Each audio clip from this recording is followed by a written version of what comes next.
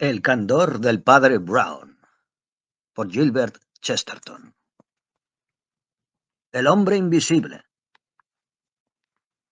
En la fresca y azul penumbra de dos empinadas calles de Camden Town, la tienda de la esquina, una confitería, resplandecía como la brasa de un cigarro. Uno quizá debería decir más bien como la brasa de un fuego de artificio, porque la luz era multicolor y bastante compleja, rota por muchos espejos, deslizándose sobre muchos pasteles y dulces dorados y de alegres colores. Contra este brillante escaparate se pegaban las narices de muchos chicuelos de la calle, porque los bombones estaban todos envueltos en esos colores rojo, oro y verde metálico, que son casi mejores que los propios bombones. Y la gigantesca tarta nupcial blanca que había en el escaparate resultaba a la vez remota y suficiente, exactamente como si el Polo Norte entero fuera bueno para comer. Tan provocativo arco iris podía, como es lógico, atraer a los jóvenes de la vecindad hasta las edades de 10 o 12 años. Pero esta esquina también resultaba atractiva para jóvenes de más edad, y un joven de nada menos que 24 años miraba con atención el mismo escaparate. Para él la tienda ofrecía un encanto arrebatador, pero su atracción no podía explicarse totalmente por los bombones que, sin embargo, estaba muy lejos de despreciar. Era un joven alto, corpulento y pelirrojo, con un rostro decidido pero con una actitud apática. Llevaba bajo el brazo una carpeta gris con unos bosquejos en blanco y negro que había vendido con mayor o menor éxito a una editorial, desde que su tío, que era almirante, le había desheredado a causa del socialismo, como consecuencia de una conferencia que había pronunciado contra esa teoría económica. Su nombre era John Turnbull Angus. Por fin se decidió a entrar y atravesó la confitería hasta la parte del fondo, que era una especie de salón de té, levantando apenas su sombrero en un gesto de saludo a la joven que servía. Era una muchacha morena, elegante y despejada, de tez sonrosada y ojos oscuros y muy vivos. Tras la pausa normal, la joven se dirigió a él para tomarle la comanda. Esta era evidentemente la norma. Quiero, por favor, dijo el joven con precisión, un bollo de medio penique y una taza pequeña de café solo. Y justo antes de que la joven pudiera dejarse, añadió, «También quiero que se case usted conmigo». La joven de la tienda se puso rígida de repente y dijo, «No tolero ese tipo de bromas». El joven pelirrojo levantó unos ojos grises de inesperada gravedad. «Real y verdaderamente», dijo, «es una cosa muy seria. Tan seria como el bollo de medio penique. Es cara como el bollo. Uno tiene que pagar por ella. Es indigesta como el bollo. Hace daño». La joven morena no había apartado ni un momento los ojos de él, sino que parecía estar estudiándolo con una precisión casi trágica. Al final de su escrutinio, su rostro mostró la sombra de una sonrisa y la joven se sentó en una silla. «¿No le parece a usted», observó Angus, con aire ausente, «que es bastante cruel comer esos bollos de medio penique? Podrían crecer hasta ser bollos de un penique. Abandonaré este cruel deporte cuando estemos casados». La joven morena se levantó de la silla y se dirigió a la ventana, sumida evidentemente en profunda, aunque no antagónica reflexión. Cuando por fin se volvió de nuevo con aire resuelto, se quedó atónita al observar que el joven estaba extendiendo sobre la mesa varios objetos del escaparate. Había una pirámide de dulces de vivos colores, varias bandejas de emparedados y dos frascos de cristal que contenían ese misterioso oporto y ese igualmente misterioso jerez que utilizan los confiteros. En medio de esta ordenada disposición, el joven había colocado cuidadosamente la enorme masa de la tarta blanca que había sido el principal adorno del escaparate. «¿Qué demonios está usted haciendo?», preguntó ella. «Mi deber, querida Laura», empezó él. «Por Dios, deténgase un minuto», exclamó ella, «y no me hable usted de esa manera. ¿Qué significa todo esto?» «Una comida de ceremonia, señorita Hope». «¿Y qué es eso?», preguntó ella impaciente, señalando a la montaña de azúcar. «La tarta nupcial, señora Angus», dijo él. La joven se dirigió a ella, la levantó bastante ruidosamente y la devolvió al escaparate. Luego regresó y, colocando sus elegantes codos sobre la mesa, miró al joven sin desagrado, pero con considerable exasperación. «No me da usted el menor tiempo para pensar», dijo. «No soy tan tonto», respondió él. «Esa es mi humildad cristiana». Ella seguía mirándolo, pero tras su sonrisa había una gran dosis de gravedad. Señora Angus, dijo firmemente, antes de seguir con esta tontería, tengo que decirle algo sobre mí misma de la manera más resumida posible. Encantado, replicó gravemente Angus. También podría usted decirme algo sobre mí, ya que está a ello. Oh, por favor, cállese y escuche, dijo. No es nada para avergonzarse y no es nada que yo lamente, especialmente. Pero, ¿qué diría usted si hubiera algo que no me atañe y que sin embargo se ha convertido en mi pesadilla? En ese caso, dijo el joven seriamente, le sugeriría que volviese a traer la tarta. Bueno, tiene usted que escuchar primero mi historia, dijo Laura persistentemente. Para empezar, debo decirle que mi padre era el dueño de una taberna llamada El Pez Rojo en Lotbury, y yo solía servir a la gente en el bar. A veces me he preguntado, dijo él, por qué había una especie de atmósfera cristiana en la confitería. Lotbury es un pueblecito soñoliento y verde en los condados del este, siguió ella, y las únicas personas que venían al Pez Rojo eran viajantes ocasionales. El resto de los clientes era la gente más horrible que usted podría encontrarse, aunque usted nunca se la ha encontrado. Me refiero a hombres haraganes, que tenían apenas lo justo para vivir, y que no tenían otra cosa que hacer más que apoyarse en la barra y apostar a las carreras de caballos, con ropas de mala calidad que resultaban aún demasiado buenas para ellos.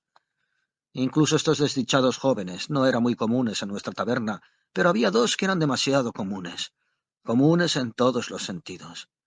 Ambos tenían dinero propio y eran atrozmente perezosos y presumidos en el vestir, pero a pesar de todo, me daban cierta lástima, pues creo que se encerraban en nuestro pequeño bar porque cada uno de ellos tenía un ligero defecto físico, del tipo que hace que algunos patanes se rían.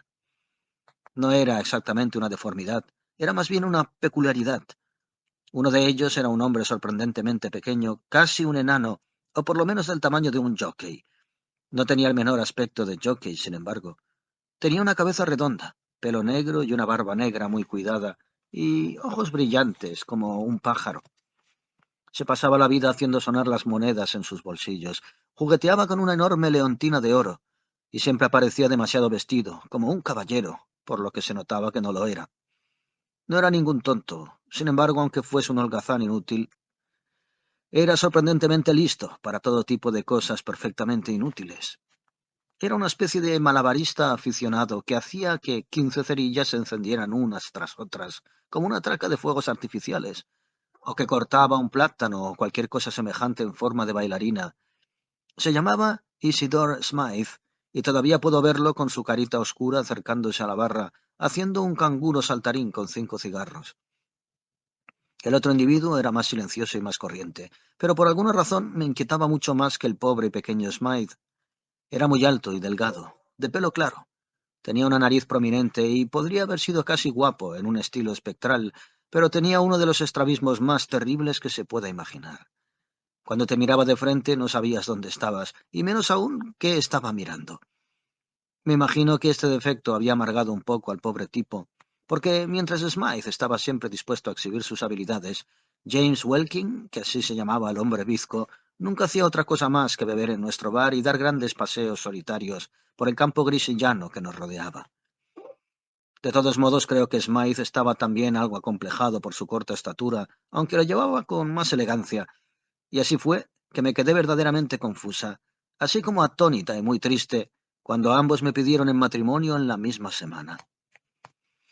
Pues bien, hice lo que desde entonces creo que fue una tontería, quizá. Pero después de todo, estos monstruos eran en cierto modo amigos míos, y me horrorizaba que pensaran que los rechazaba por la verdadera razón, que era su imposible fealdad. Así que me inventé una historia, según la cual nunca me casaría con nadie que no se hubiera abierto camino en la vida por sí mismo. Dije que para mí era una cuestión de principio no vivir de dinero heredado, como el de ellos. 2 días después de mi bien intencionada palabra, empezó todo el problema. Lo primero que supe es que se habían ido los dos a buscar fortuna como en un absurdo cuento de hadas. No los volví a ver desde entonces, pero he tenido 2 caras del hombrecito llamado Smythe. 2 cartas recibí, y la verdad es que son muy sorprendentes. ¿Supo usted algo del otro hombre?, preguntó Angus. No, nunca escribió, dijo la joven tras un momento de vacilación. La primera carta de Smythe decía simplemente que se había puesto en camino a pie hacia Londres con Welkin, pero Welkin era un andarín tan excepcional que el hombrecito se había quedado atrás descansando junto a la carretera. Allí se enroló en una compañía ambulante de espectáculos y en parte porque era casi un enano y en parte porque era realmente un tipo muy listo, le fue muy bien en el espectáculo y pronto fue contratado en el Aquarium para hacer unos juegos malabares que ahora no recuerdo. Esa fue su primera carta. La segunda fue mucho más sorprendente y me llegó la semana pasada. Angus terminó su taza de café y la miró con mirada amable y paciente. La boca de la muchacha hizo una ligera mueca risueña mientras continuaba. Supongo que habrá visto usted en las vallas publicitarias los anuncios del servicio silencioso Smythe. Sería usted la única persona que no se habría fijado. Yo no sé mucho de esas cosas, pero es un invento de maquinaria de precisión para hacer mecánicamente todo el trabajo doméstico. Ya sabe usted, pulse un botón, un mayordomo que nunca bebe, gire la palanca, 10 doncellas que no coquetean nunca. Tiene usted que haber visto los anuncios. Pues bien, sean lo que sean esas máquinas, el caso es que producen montañas de dinero, y todo ese dinero va a parar al hombrecillo a quien conocí en Lotbury. No puedo evitar alegrarme de que el pobre hombre haya tenido suerte, pero la verdad llana y simple es que me aterra que aparezca en cualquier momento y me diga que se ha abierto camino en la vida, lo cual es absolutamente cierto. ¿Y el otro hombre? Repitió Angus con una obstinada calma. Laura Hope se puso en pie de repente. Mi querido amigo, dijo, creo que es usted algo brujo. Sí, tiene usted razón. No he recibido ni una línea del otro hombre y no tengo ni la menor idea de qué es o dónde está, pero es de él de quien tengo miedo. Él es quien invade mi vida por todas partes. Él es quien me está volviendo medio loca. En realidad creo que ya estoy loca del todo, porque he notado su presencia donde no podía estar y he oído su voz donde no podía haber hablado. Bueno, querida mía, dijo el joven alegremente, si fuera el mismo Satanás ya no tiene nada que hacer, porque ahora ya se lo ha contado usted a alguien. La soledad le vuelve a uno loco, jovencita. Pero, ¿cuándo le pareció a usted sentir y oír a su estrábico amigo? Oí a James Walkin reír tan claramente como le oigo a usted hablar, dijo la joven con firmeza. No había nadie a mi alrededor, porque yo estaba justo delante de la tienda, en la esquina, y podía ver las dos calles al mismo tiempo. Se me había olvidado su forma de reír, aunque era tan rara como su estrabismo. No me había acordado de él desde hacía casi un año, pero es la pura verdad que unos segundos después me llegó la primera carta de su rival. ¿Oyó usted hablar o chillar o algo al espectro? Preguntó interesado Angus. Laura se estremeció de repente y dijo con voz firme, sí. Justo cuando había acabado de leer la segunda carta de Isidore Smythe anunciando su éxito, oí decir a Welkin, de todos modos no será usted suya. Lo oí con toda claridad, como si estuviese en la habitación. Es horrible. Creo que debo estar loca. Si estuviera usted loca de verdad, dijo el joven, pensaría usted que estaba cuerda. Pero es cierto que parece haber algo raro en ese caballero invisible. Dos cabezas son mejor que una. Le ahorro alusiones a cualquier otro órgano, y en realidad, como hombre tenaz y práctico que soy, si usted me permitiera sacar de nuevo la tarta nupcial del escaparate. Mientras pronunciaba estas palabras hubo una especie de chirrido metálico en la calle, y un coche pequeño, conducido a enorme velocidad, apareció delante de la tienda y se detuvo. Casi al mismo tiempo un hombre de corta estatura, con un reluciente sombrero de copa, apareció con paso firme en la parte anterior de la tienda. Angus, que hasta ese momento por razones de higiene mental había mantenido una neutralidad divertida, reveló la tensión de su espíritu saliendo bruscamente de la zona posterior y enfrentándose con el recién llegado. Una mirada le bastó para confirmar las desquiciadas sospechas de un hombre enamorado. Este individuo, repulido pero enanoide, con barba negra puntiaguda insolentemente erguida, inteligentes e inquietos ojos, dedos bien moldeados pero nerviosos, no podía ser más que el hombre que le acababan de describir. Isidore Smythe, que hacía muñecas con cáscaras de plátanos y cajas de cerillas. Isidore Smythe, que había hecho millones con mayordomos abstemios y honestas doncellas metálicas. Por un instante los dos hombres, instintivamente conscientes de la actitud posesiva de cada uno, se miraron con esa curiosa y fría generosidad que es la esencia misma de la rivalidad. El señor Smythe, sin embargo, no hizo ninguna alusión a la razón profunda de su antagonismo, sino que dijo sencilla y explosivamente, ¿ha visto la señorita Hope lo que hay en el escaparate? ¿En el escaparate? Repitió el sorprendido Angus. No hay tiempo para explicar otras cosas, dijo el millonario con tono cortante. Aquí está pasando algo raro que debe ser investigado. Señaló con su bastón al escaparate que había perdido muchos de sus objetos debido a los preparativos nupciales del señor Angus. Y este caballero se quedó atónito al ver a lo largo del cristal por la parte de fuera una larga tira de papel pegada a él y que ciertamente no había estado allí cuando él había mirado desde fuera hacía un rato.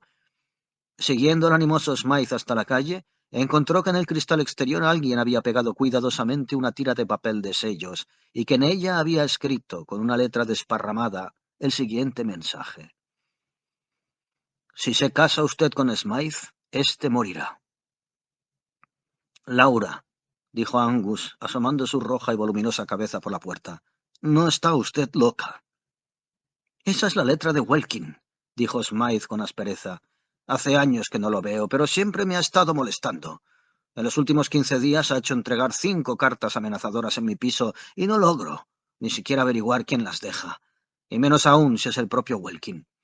El portero de los apartamentos jura que no ha visto a nadie sospechoso y aquí ha pegado una especie de friso en un escaparate, mientras la gente que había en la tienda... En efecto, dijo Angus modestamente, mientras la gente que había en la tienda tomaba el té. Bien, caballero, le aseguro que admiro su sentido común para tratar tan directamente este asunto. Podemos hablar más tarde de otras cosas. El tipo no puede estar todavía muy lejos, porque puedo jurar que no había ningún papel cuando me dirigí por última vez al escaparate hará unos 10 o 15 minutos. Por otro lado, está demasiado lejos para que lo alcancemos, aparte de que no sabemos en qué dirección ir. Mi consejo, señor Smythe, es que ponga usted este asunto inmediatamente en manos de algún investigador eficaz, mejor privado que público. Yo conozco a un individuo enormemente hábil que se ha establecido a unos 5 minutos de aquí en coche. Se llama Flambeau, y aunque tuvo una juventud algo tormentosa, es un hombre perfectamente honrado ahora, y su cabeza vale el dinero que cobra. Vive en el edificio Lucknow, en Hampstead. Qué curioso, dijo el hombrecito arqueando sus negras cejas. Y yo vivo en el edificio Himalaya, justo en la esquina. Quizá no le importaría a usted venir conmigo. Yo puedo ir a mi casa y reunir esos extraños documentos de Welkin mientras usted corre a buscar a su amigo el detective. Es usted muy amable, dijo Angus cortésmente. Cuanto antes lo hagamos, mejor. Los dos hombres, con una extraña especie de improvisada justicia, se despidieron solemnemente de la joven y saltaron al veloz cochecito. Cuando Smythe, al volante de su coche, dobló la amplia esquina de la calle, Angus vio, divertido, un gigantesco cartel del servicio silencioso de Smythe, que era el retrato de una gigantesca muñeca metálica sin cabeza que llevaba un cazo con la leyenda «Una cocinera que nunca se enfada». Lo uso en mi propio piso, dijo el hombrecillo de la barba negra riéndose, en parte como publicidad y en parte porque son realmente útiles. La verdad es que esas grandes muñecas mecánicas mías traen el carbón o el clarete o un horario de ferrocarriles más deprisa que cualquier criado de carne y hueso que he conocido, si sabe uno qué botón hay que apretar. Pero nunca negaré, entre nosotros, que esos sirvientes tienen también sus desventajas. Ah, sí, dijo Angus. ¿Hay algo que no pueden hacer? Sí, replicó Smythe tranquilamente. No pueden decirme quién dejó esas cartas amenazadoras en mi piso. El coche de Smythe era pequeño y rápido como él, en realidad como el servicio doméstico. Era un invento suyo. Si era un charlatán publicitario, era del tipo que cree en lo que vende. La sensación de algo pequeño y veloz se acentuaba a medida que pasaban por las largas y blancas curvas de la carretera a la luz mortecina pero clara de la tarde. Pronto, las blancas curvas se lucieron más pronunciadas y mareantes. Iban subiendo espirales, como dicen en las religiones modernas. En efecto, estaban coronando una parte de Londres que es casi tan empinada como Edimburgo, aunque no tan pintoresca. Las terrazas se superponían a otras y la singular torre de pisos a la que se dirigían se levantaba por encima de ellas con grandeza casi egipcia, dorada por el uniforme crepúsculo. Al doblar la esquina y entrar en la zona de viviendas conocida como edificio Himalaya, se produjo un cambio tan brusco como si se hubiera abierto una ventana. Frente a ellos había una torre de pisos encaramada sobre Londres como si estuviera sobre un verde mar de pizarra. Frente al edificio, en el otro lado de la curva calle de grava, había un espacio de matorrales más parecido a un seto empinado o a un dique que a un jardín, y un poco más abajo corría una corriente de agua artificial, una especie de canal como si fuera el foso de esa protegida fortaleza. Cuando el coche recorría a toda velocidad la calle, dejó atrás en una esquina el puesto ambulante de un vendedor de castañas, y justo en el otro extremo de la curva, Angus pudo distinguir la difusa silueta azul de un policía que caminaba lentamente.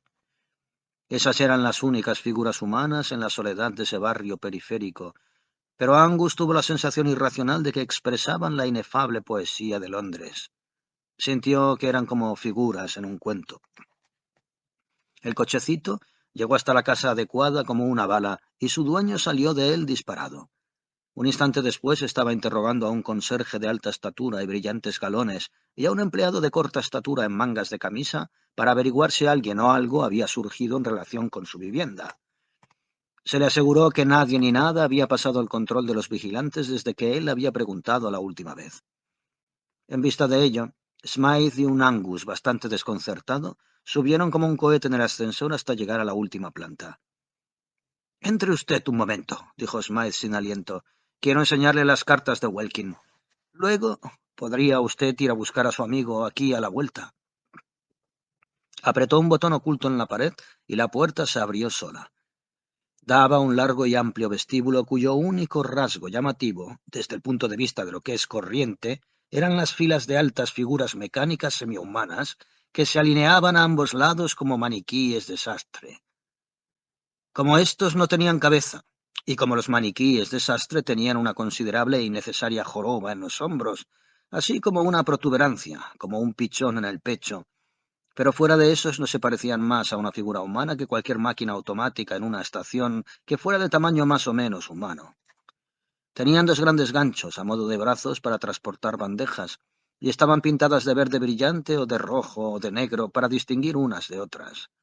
En lo demás, no eran más que máquinas automáticas y nadie les habría prestado mayor atención.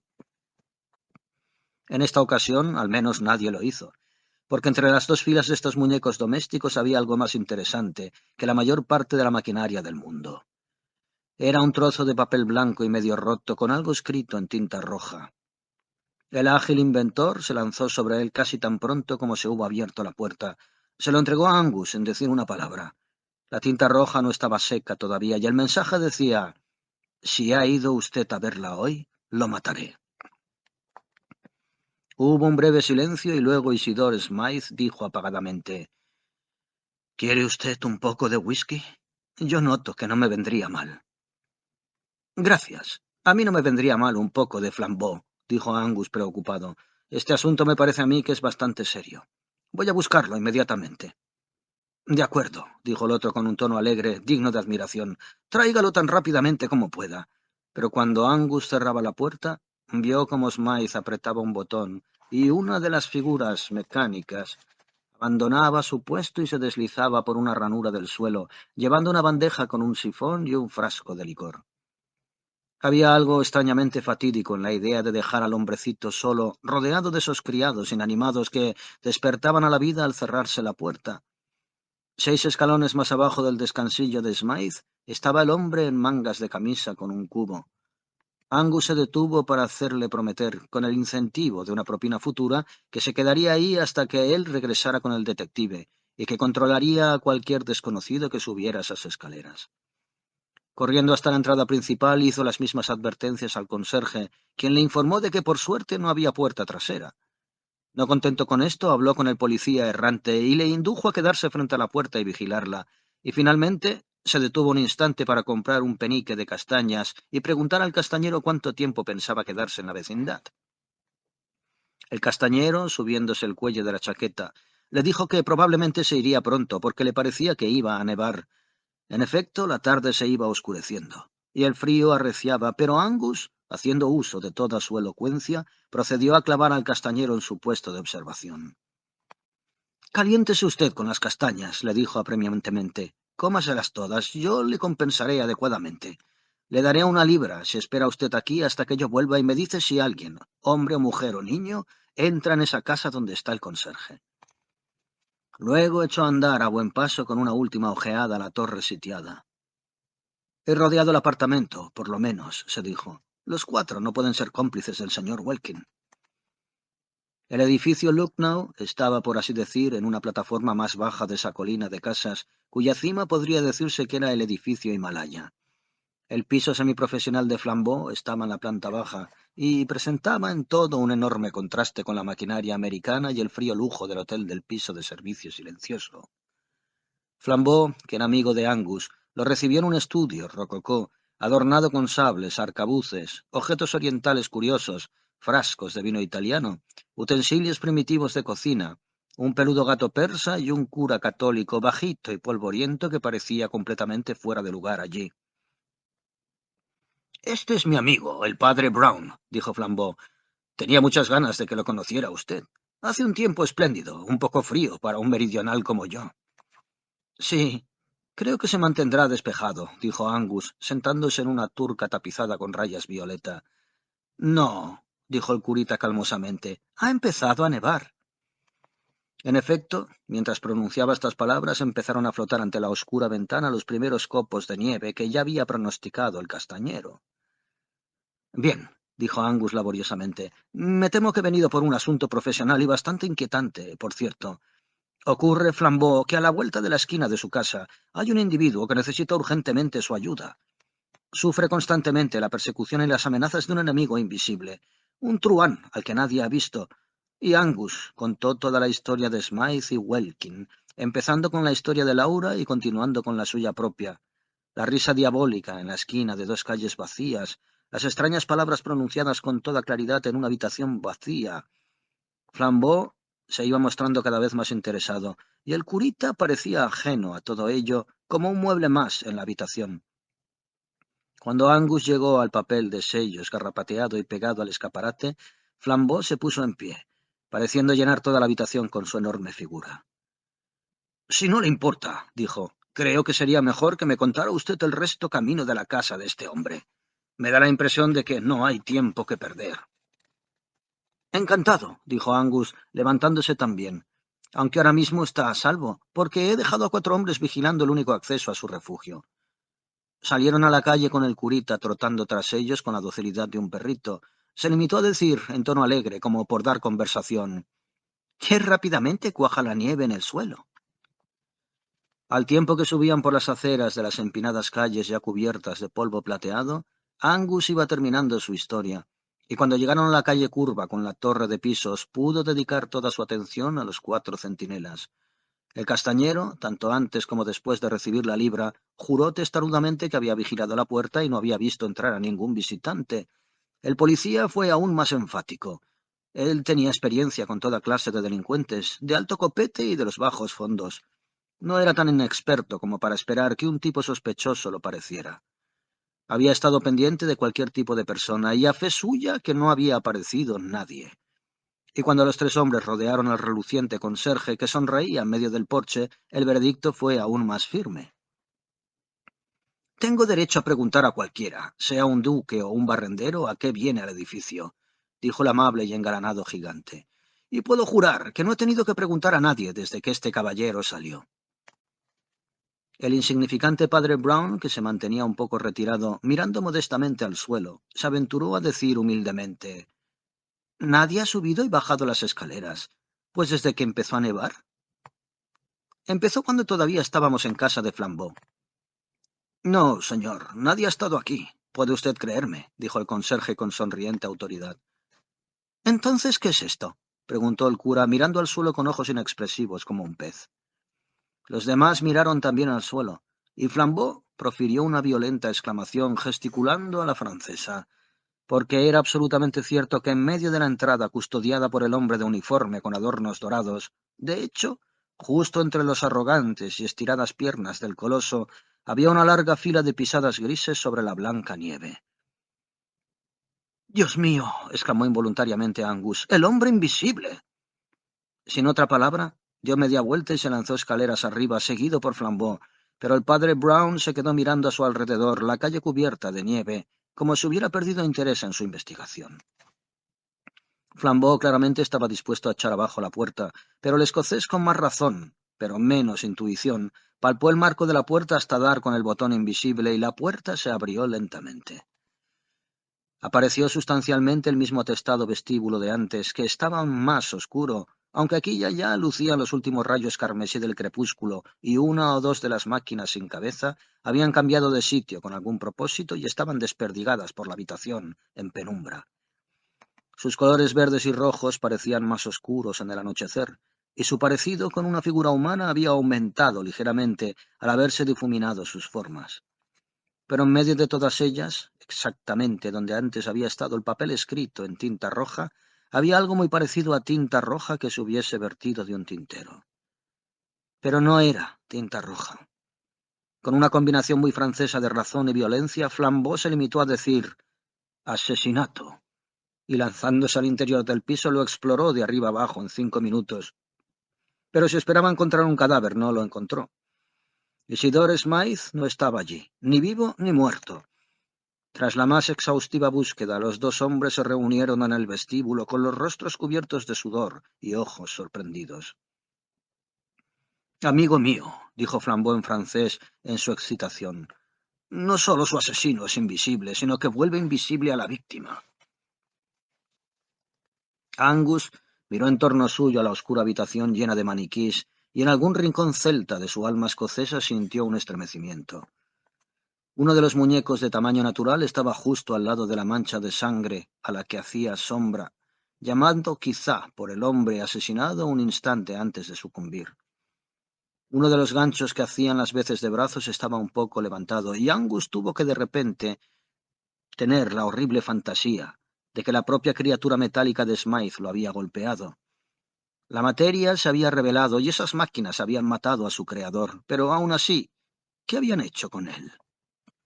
¿Se lo habían comido?, susurraba en su oído la pesadilla, y Angus se sintió enfermo durante un instante ante la idea de unos desgarrados restos humanos, deglutidos y aplastados por la maquinaria acéfala. Con un esfuerzo decidido recobró la cordura y dijo a Flambeau: «Bien, pues aquí estamos.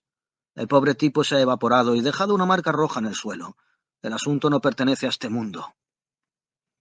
«Solo podemos hacer una cosa», dijo Flambeau.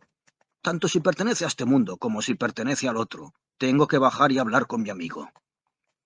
Descendieron, pasando al hombre del cubo, quien de nuevo aseguró que no había dejado pasar a ningún intruso, hasta llegar el conserje y el castañero, que andaban por ahí también, y ambos insistieron de nuevo en la eficacia de su vigilancia.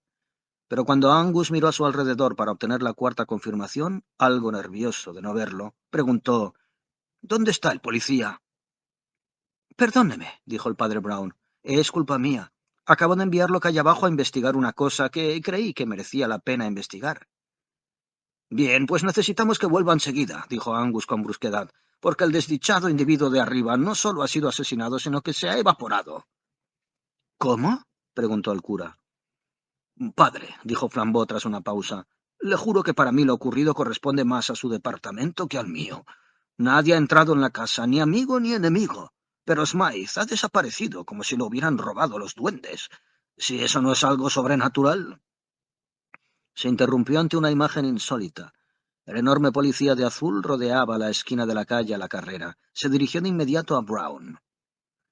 «Tenía usted razón, señor», dijo sin aliento. «Acaban de encontrar el cuerpo del pobre señor Smythe en el canal que hay ahí abajo». Angus se llevó las manos a la cabeza. «¿Bajó corriendo y se ahogó?», preguntó. «Nunca bajó, eso lo puedo jurar», dijo el policía. «Y tampoco se ahogó porque murió de una gran puñalada en el corazón». «Y sin embargo, ¿ustedes no vieron entrar a nadie?», dijo Flambeau con tono grave. «Caminemos un poco, calle abajo», dijo el cura. Cuando llegaban al final de la calle, el padre Brown exclamó de repente: «¡Qué estúpido soy! Se me olvidó preguntar al policía una cosa. Me pregunto si encontraron un saco de color marrón claro». «¿Por qué un saco de marrón claro?», preguntó Angus atónito. «Porque si fuera un saco de cualquier otro color, habría que empezar a investigar de nuevo el caso», dijo el padre Brown. «Pero si era un saco marrón claro, entonces el asunto ha concluido».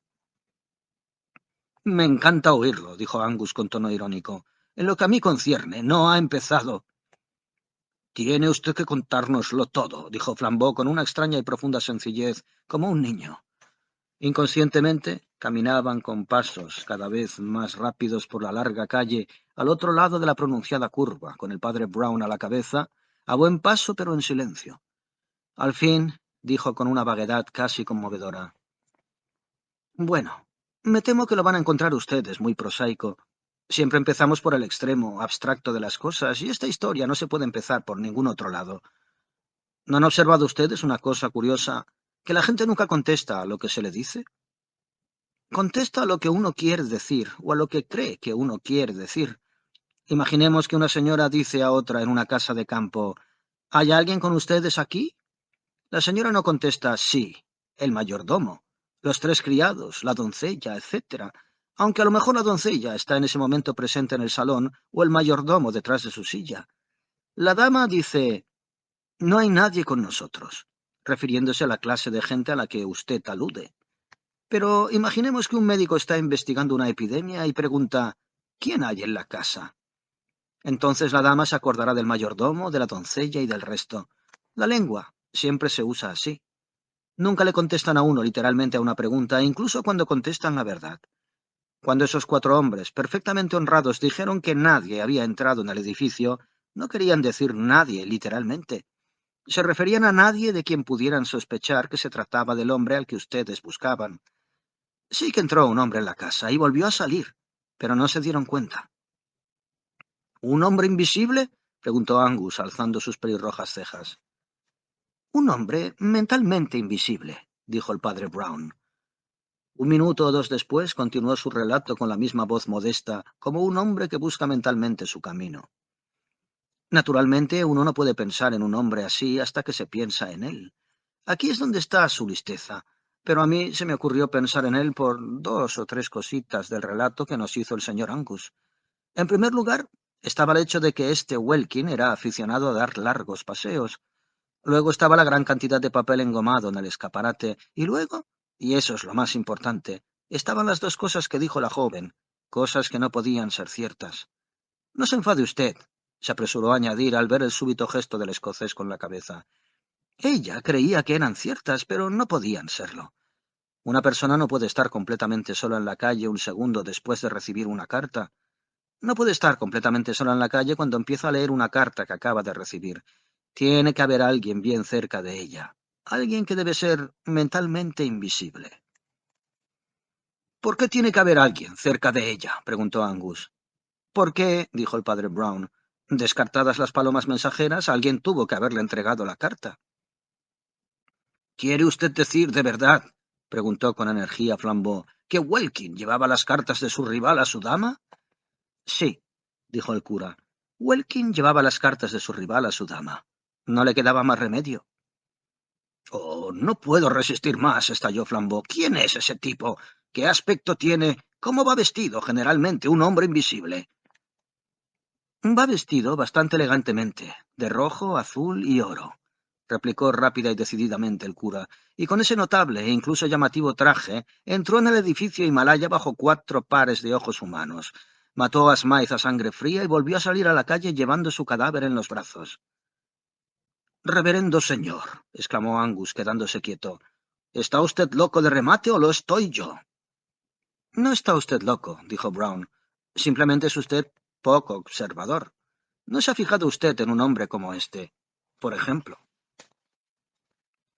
Dio 3 pasos rápidos hacia adelante y puso la mano en el hombro de un cartero que había pasado apresuradamente junto a ellos sin que se dieran cuenta bajo la sombra de los árboles.